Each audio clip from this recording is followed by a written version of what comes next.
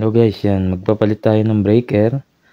Bali, itong insulation switch na to, nasira yung pinakagitna niya, yung number 2. Bali 1, 2, 3 yan eh. Phase 1, phase 2, phase 3. Ang nasira sa kanya yung phase 2. Yung line number 2. Bali, naglo-lose contact siya. Kaya papalitan natin ng panibagong breaker. I-disconnect muna natin yung wire. Siyempre, make sure naka-off yung pinaka main breaker niya. Tsaka lagi kayo magagamit ng lagout-tagout. Ganito naman lagi yung ginagawa ko pag ako yung gumagawa ng tungkol sa electrical pag nagpapalit ng mga breaker, mga high voltage na at high ampere na main breaker. Yan kailangan natin safety palagi yan. Bali ito yung papalit natin guys, yung breaker para tsaka madali na rin siyang gamitin. Tsaka sigurado to hindi na maglo-lose contact to. Yan. Bali, bubutasan muna natin yung paglalagyan ng breaker. Gagamitan natin ng portable na drill. Yan. Bubutasan muna natin. Yan, madali lang naman yan. 4mm niya drill bit ang gamit ko. Yan. Bilis lang naman magbutas. Bali, 4 na tornilyo ang ilalagay natin dyan. Para safe na safe yung pagkakagabit para hindi matanggal. Kasi once na lumuwag yung mga connection na baka magkaroon pa ng sunog sa breaker o sa mga magka-problema doon sa mga inverter natin. Bubutas muna natin.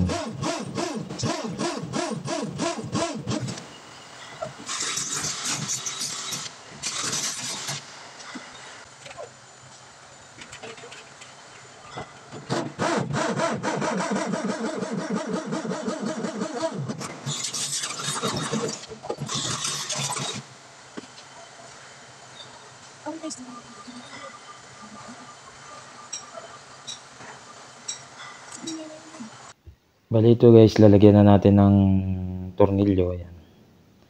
Bolt in nut, tagusan naman yan doon sa magkabila. Ayan. Pinutungan muna natin para madaling lagyan ng bolt doon sa taas, dalawa. Ayan guys. Dali lang naman yan.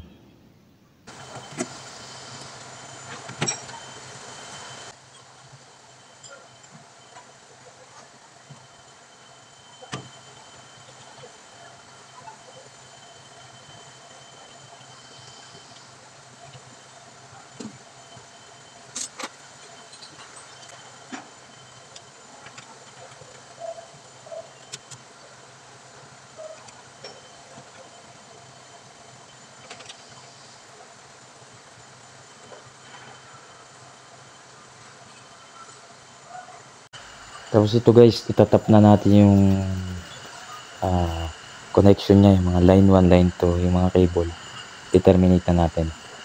Lagyan ko lang muna ng electrical tape para safe yung terminal lugs niya. Bali, ginamit kong lugs dyan, yung Y, para suksok na lang doon sa allen bolt. Yan. Lagyan muna ng electrical tape para safe. Ayan.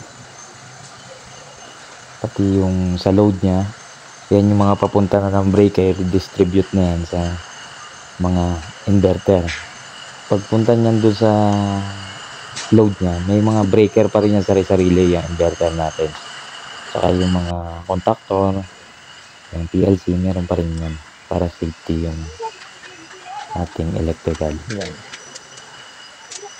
Separate pa rin yung mga breaker niyan. So parang main breaker lang nito dito sa pinaka panel, pero may breaker pa yan doon sa pinaka distribution panel sa electrical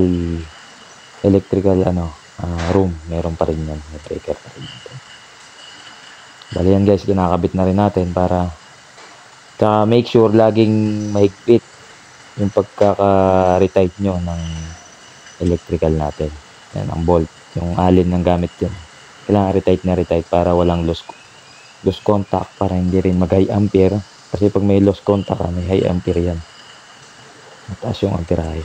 O number 1 dyan, masusunog yung wire mo pag laging lost connection. Yan guys, kabit lang natin.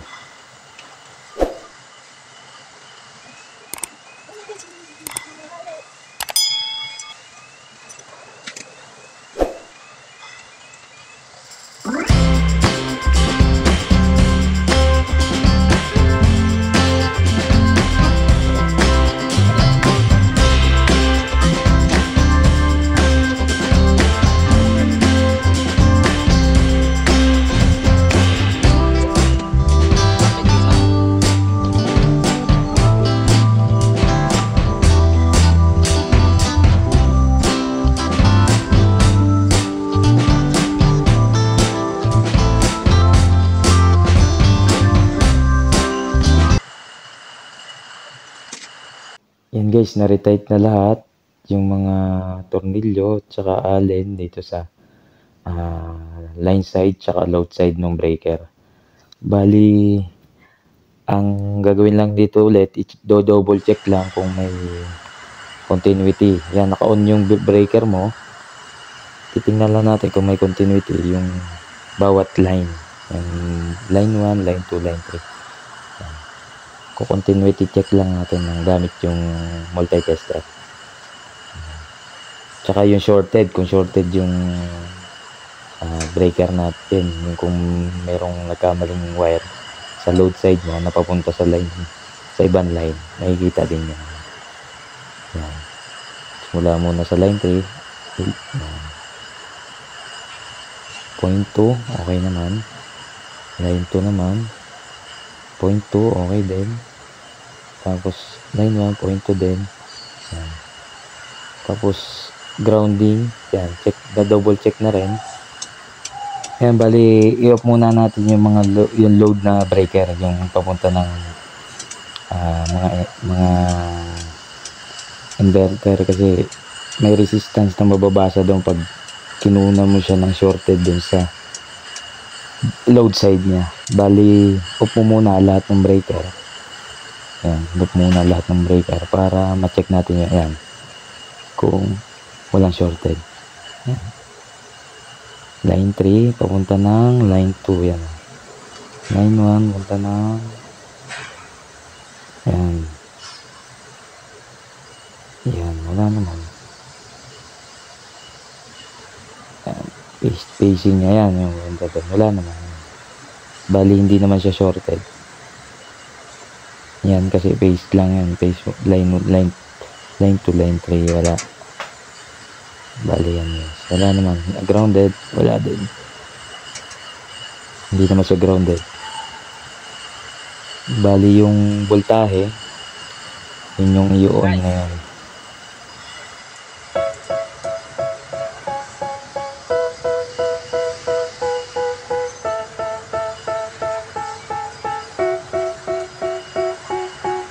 They tell me that I'm never gonna make it. They want me to do something that could make sense.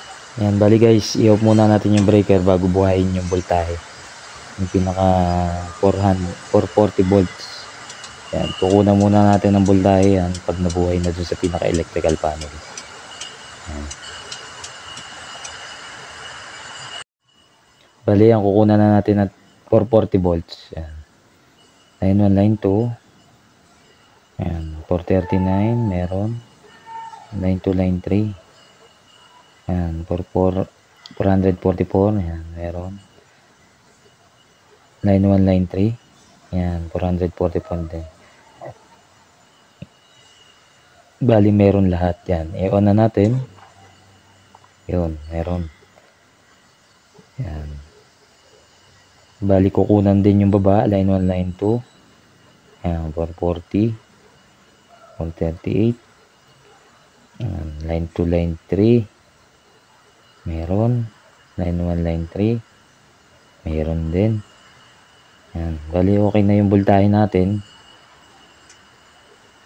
3 phase na lahat. Yan.